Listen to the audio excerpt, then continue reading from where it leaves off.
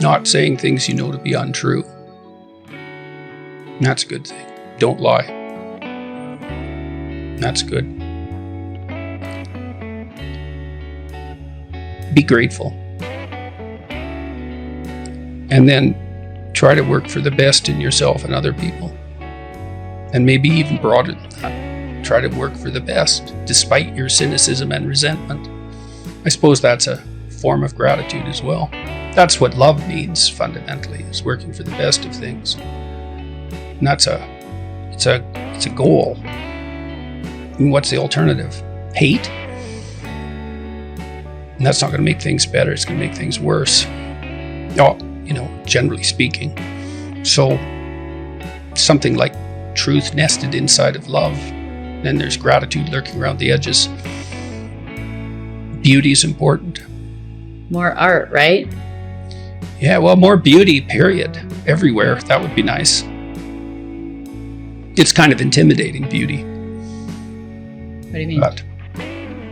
What do you mean by that? Well, because it's an ideal. It judges you. This is something that's quite interesting. Is every ideal is a judge. Because by you nature. fall short of it.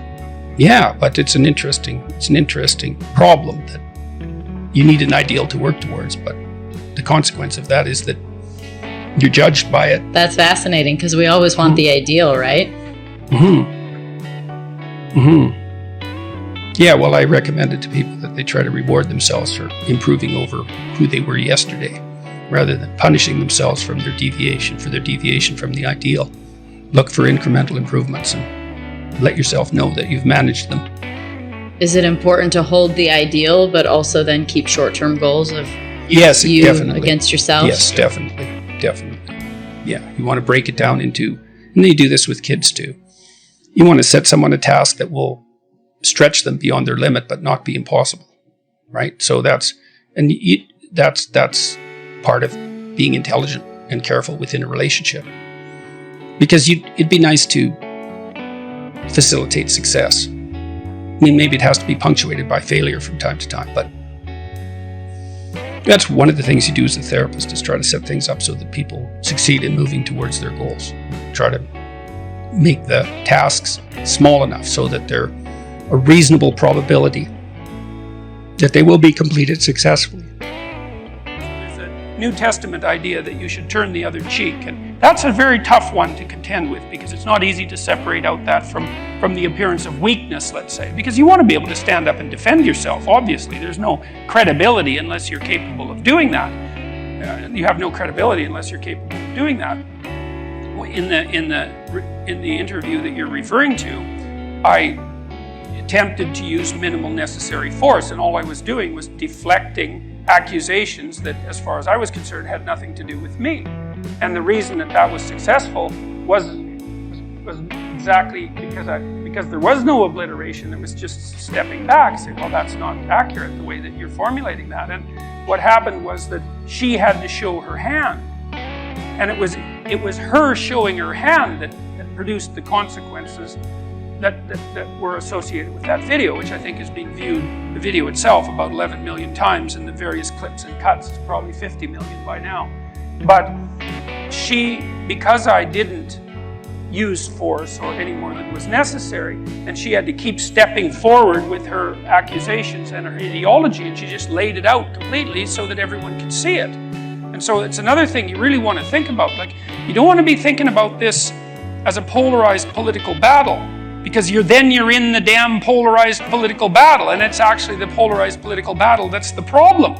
Now, now it's not like, as I said already, it's not like you want to be a pushover, but you step away from that and you work on yourself so that you're an increasingly powerful person. But one of the ways that you do that is that you learn to use minimal necessary force. It's like you don't defend yourself any more than you have to.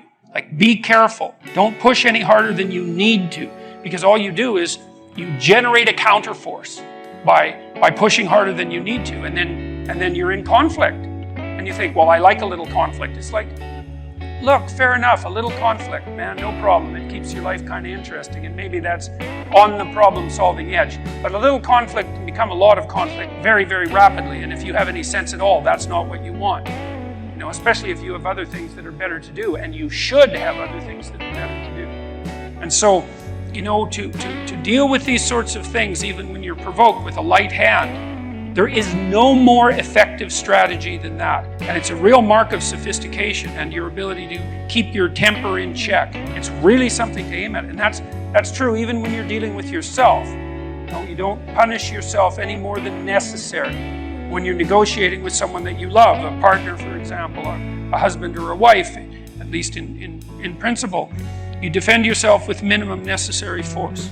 When I've been successful in responding to attacks, it's only because I've responded to them minimally. So, for example, there's been a number of times when I've gone to universities and had pretty nasty demonstrations. There was one at McMaster University that got quite out of hand, and a worse one at Queen's University, where people were pounding on the windows while we were all sitting in the hall. But it was the same thing there. It's like control of temper, detachment, understanding that the full event has yet to play itself out, the ability to step back, and the requirement to use minimal necessary force. And when I've been able to manage that, then it's worked. And if my temper gets riled up, and I have a temper, and if it gets riled up and I start to lash out more than necessary, then that goes badly right away. And I can see that in the comments, and I can see that the memes that are made of me turn a little bit more mean instead of funny. And so this is really an important thing to know. It's like, keep your temper under control. Don't burst out into self-righteous anger, in particular against those that you might regard as your political enemies. It is not going to help you. It's not going to help the cause. It's not going to help anything. You can accomplish what you want to accomplish if you're being wise about it by being eminently reasonable. That's the thing, is you can have reason on your side, and I mean reason in the best possible sense. It's like you don't have to be temperamental and impulsive in this sort of situation. You can try to put yourself together, which I would highly recommend, and then you can lay yourself open to the attacks. Now, that means you should be able to defend yourself. You should have the articulated structures at hand. You should orient yourself properly politically and philosophically, and even physically for that matter, so that you're a force to contend with. But once you have that down, then you play it with the lightest possible hand. And that way also you have the highest probability of